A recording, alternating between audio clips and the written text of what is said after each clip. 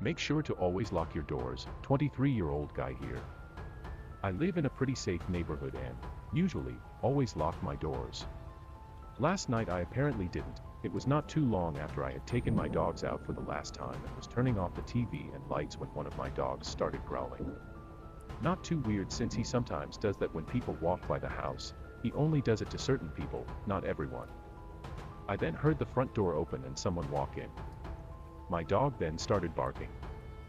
My other dog, who loves all people, came running from the other room to greet our guest. At the same time I was reacting to what was happening and went, "What the fuck? Who are you?" Standing in the hall was a guy in his mid to late 20s. He was skinny and tall. Oh wait. I don't think I'm in the right place. He genuinely seemed confused. I replied with, "Hell no you aren't. Please get out." He apologized and said he was coming to hang out with a friend and just accidentally went to the wrong place. I asked him what house he was looking for and he said a number that was just a few couple number off from mine. He apologized again and left. He seemed nice and non-threatening, but I was still kind of spooked. This morning I was ready to laugh the whole thing off. I was planning on telling my neighbor, a couple in their 30s, what happened. I don't know them all too well, but we have talked before. Luckily I caught with one of them when I was taking my dogs out. I didn't want to come off like I was mad or scared over what happened, so I casually said, "I'm sure he told you about it, but your friend paid me a surprise visit last night." My neighbor gave me this confused look and said, "What are you talking about? Your friend? He walked into my house last night thinking it was your place." My neighbor was quiet for a second and then said, "I don't want to alarm you, but I have no idea what you're talking about. We didn't have a friend over last night. Watch your kids in the stores." I am young. I'm 30, so I'm kinda young, but I see this little girl at Walmart not too long ago running around in the toy aisles. She must have ran past me 4 or 5 times, and every time she did a man would be right behind her on her tail. For some reason I could feel something was off. I stopped the little girl and asked her if she was lost. She said yes. I said, "This man isn't your daddy," and with almost tears in her eyes she looked at him and slowly looked back at me and said, "No." I grabbed her by the hand and told her we were gonna go up to the front to have them call for her mommy as the man was in our aisle. I gripped her a little harder when we walked past him and went to the front of the store, walking right past the man, looking him straight in the eye, and he just kinda gave me this side smirk that till today makes the hair raise on my entire body. Had I not stopped that little girl and brought her to the front to find her mom, I'm genuinely scared to know what would have happened to her. My Hills Have Eyes moment in Texas. In 2010 I was driving from New Orleans, Louisiana to Eugene, Oregon. It was just me, 24/F, and my 2-year-old pit bull in a 14-foot U-Haul truck with everything I owned crammed into the back, a fancy flip phone, and my printout of MapQuest directions. I think the first smartphones actually came out around that time, but I didn't have one. Cell phone service was also much spottier, and there were long stretches through the desert where I had zero service for hundreds of miles. I was driving a lonely stretch of highway through central Texas when I realized I hadn't seen a town or exit for a very long time, and my giant U-Haul was really low on gas. Just when I'm starting to freak out and seriously run out of gas, I see a small town coming up. I pull into this town and it is tiny. I was so worried about other things that I never did pay attention to the name of the town, but there were only about 6 streets in the whole place. I go gas up and am ready to get back on the road. Except I cannot for the life of me find my way back to the highway. I circle the town about 4 times and start getting so frustrated because this is such a tiny town. How TF can I not find my way out? I can literally see the highway but can't get to it. I return to the gas station to ask for directions. Now when I got gas, I paid at the pump and never went in. When I enter for directions, there's a skinny, nondescript guy who has black hair hanging down in front of his eyes that looks like it could use a good wash. He's not particularly creepy. Then I point out that I didn't drive that far to get from the highway into town. Why so far to get back to the highway? I can literally see it from the town. He is so casual, almost like I'm just an annoyance and can follow his directions or not. Why should he care? He gives me some explanation about the road curving around that doesn't really make sense. He still doesn't look at me. Just whatever, I gave you your directions, and waved his hand in the direction of the door. When I got into the parking lot, my whole body started trembling violently and my heart started racing. Seemingly for no reason. I get into the truck, and as soon as I put the key into the ignition I burst into tears. I had the most terrible feeling that, no matter how nonchalant he acted, this man had bad intentions. I didn't know what, but I knew right then and there that there was no way I was going to follow his directions. Yet this was the only store in this little town. Short of knocking on doors, no thank you, there was no one else to ask for directions. I decided I didn't give a shit if this town seemed like something dropped out of the Twilight Zone. I was going to drive around until I found my own way out, even if it took all damn night. Then a big red beater of a pickup truck, as much rust as metal, pulls up and disgorges the quintessential Texan man. Huge, husky, and in flannel and work boots. Without even thinking about it, I jumped out of the truck and approached him quickly yet warily. Looking into his eyes, I saw a kind human being, or at least I was hoping I did. I asked him if he could please give me directions to the highway. I told him I knew it was silly, but I just couldn't seem to find my way back. He looked concerned as I was visibly upset. So he made me laugh and very cheerfully gave me directions for a hairpin curve turn-off right at the end of a small concrete tunnel I had passed several times. He said it often confused travelers because it was so hard to see, they need to put up signs, etc. With a sinking feeling in my stomach, I asked him how far in miles was it back to the highway. He laughed and gave me a funny look. Miles, miss. I'd say it's a quarter mile at most, you can see the highway right from here. At this point I couldn't help it. I had to know. What happens if I drive? And I gave him the directions the man in the store had given me. Texas looked at me very intently and asked me how I knew about that route. It was pretty far out and usually only locals know about it. So I told him. He was quiet for a few minutes and then asked what the attendant looked like and if I had a map of the state. No, just my map quest, which wasn't helpful in this situation. He goes to his truck and grabs a ragged local map from his glove box. Spreading it out for me, he traces the route I described. The way the man from the gas station had told me to go led away from town, away from the interstate, and led to seemingly the middle of nowhere. Texas told me that the road did go about 17 miles, right before it dead ended in the desert. I asked him what was out there, and he told me that it was nothing but some junk cars and a few trailers and mobile homes, all owned by the same family.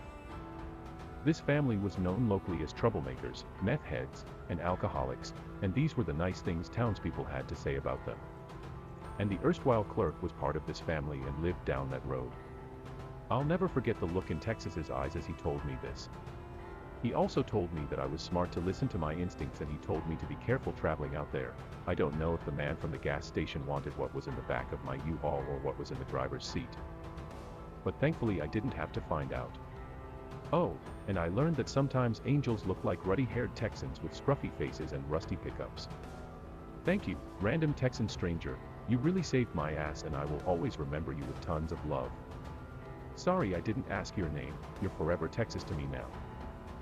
The man I saw through my night vision scope. I'm a hunter. I like to hunt wild boar specifically. Though I have been deer hunting and have been known to get a turkey for Thanksgiving, I mostly hunt boar.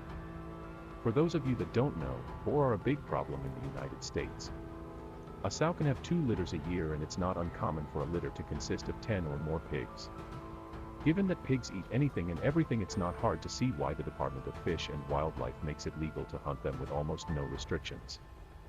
In my state it's illegal to hunt most large mammals with night or thermal vision scopes, with the exception of boar and coyote. I've been saving for a year, mostly fun money. It's hard to explain to your wife that a scope that costs literally twice as much as the rifle I was mounting it on was worth it, but I did it. I took it to a range and sighted it in. There was an area that was peppered with boar activity that I knew would be perfect for a night hunt. It was easily accessible with my truck with easy-to-find spots that I could set up and that overlooked a large, easy-to-navigate clearing. The night started uneventful, mostly me tinkering with my new toy, cycling through the settings. I was a little impatient. I'd spotted multiple deer but they were out of season and like I mentioned earlier, my current setup wasn't legal for deer.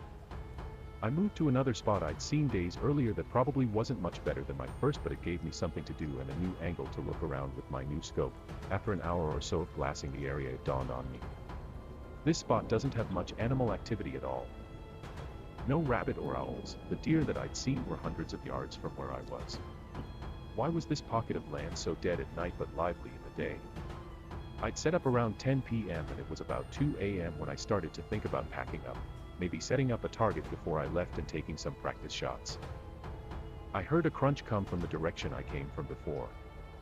I panned my scope over and saw the silhouette of a small bear pushing through the bushes. It's important to note that my scope isn't exactly night vision. It's a thermal scope, kind of like a black and white version of what you see in the Predator movies. I adjusted my range and zoomed in a little. I remember jolting a little when I saw that it wasn't really a bear, it was a man. Because he was so low and hunched over, I thought I was looking at a young bear. Is that a game warden? It couldn't be. I would have seen the headlights coming up the road from where I was perched. And where could he have walked from? I was 30 miles away from anything and on public lands. I was about to call out when I adjusted my sights and noticed he was naked. No shoes, pants, or anything. I remember being disturbed by his movements, like a squirrel or something. Twitchy and grabbing at the foliage, sniffing around and palming the tree. Was that my tree? The one I'd been leaning against earlier? The thought terrified me. Could he smell me? Then he did something I still have nightmares about today. He squatted and placed his hands in the dirt between his feet and stared straight up like a dog mid-howl. And I heard it, a voice coming from that direction, a very compelling female voice. Help! I'm lost. There was a long pause, but neither of us moved a muscle. The center of my sights was trained at the dirt in front of his feet. I couldn't bring myself to aim directly at another person. It went against everything I'd been taught about firearms. Were they lost? Was this some guy that had gone crazy out here? Why was his voice so feminine? Help! Please! I can't walk. The voice called out. That's when I called bullshit. Not only could he walk, when I first saw him he was traversing the land with ease for a naked person, so good I mistook him for a bear. That's a fucking trap. This guy is trying to lure me to him with a damsel in distress routine. Luckily the lack of activity before had caused me to pack up most of my gear. I think I may have left behind a hat and a sitting pad, but I didn't give a shit in that moment. I took my eyes off him for a moment to get my pack on. I buckled my chest strap and scrambled for my rifle. To my horror, he was in the same position, but his face was staring in my direction, and I swear I saw a smile. The thermal scope has an effect that makes animals' eyes appear white. How the hell had he heard me get up and put my gear on? He must have easily been 150 yards away. Fuck off, I screamed in that direction. He stood upright and it hit me how tall and skinny he was. Easily 6 feet and very lean. He took a couple of long strides in my direction and I instinctively sent a round sailing above his head into the tree line. He was freaky as hell, but he hadn't really threatened me. What would I tell the cops? I was unwilling and unready to shoot someone. He stopped dead in his tracks and hunched down on all fours. The next one will fuck you up. Go away. He stayed on all fours, and this time I had my sights trained on the center of him. His eyes were just above the grass like a large cat or something. I was trying to stop my trembling and knew that my voice had cracked a little on that last warning. I was terrified. That standoff probably only lasted a minute or two, maybe less, but it felt like forever. In an instant he bolted left towards the tree line opposite the road. So much for not being able to walk. I could barely keep him in my scope, he was moving so fast. He disappeared into the brush and I sent another bullet sailing high in his direction. I racked another round and tried to pocket that mag and swap for a fresh one, but I dropped it and didn't bother looking for it. I wasn't far from my truck and I wanted to get out of there. I could hear him in the distance, yelling in this weird sound that could have been a laugh or a cry. I scrambled up the trail and arrived at my truck breathless. I tossed my gear into the cab but kept the rifle in the passenger seat and sped off. For the longest time I told that story from the perspective of having spotted some deranged crackhead living off the land like some kind of caveman. I reported it to Fish and Game, but all they did was scold me for hunting at night alone. Never received an update. It wasn't until I told this story at a camping trip that my nephew told me about Wendigos, rakes, and skinwalkers. My story scared the piss out of him because the spot we were camping was technically the same forest I'd seen the bastard. Just 50 miles east of it. He was so spooked his mom, my cousin, had to take him home. She was really pissed. I've gone down the rabbit hole on these scary stories. I'm not saying what I saw definitely was a Wendigo or a skinwalker. I'm saying that if such a thing exists, I may have dodged quite the bullet that night. Or maybe it was just a tweaker being Donny Thornberry in the middle of the night. Either way, thought I'd share. Found out my friend's dad is a creep.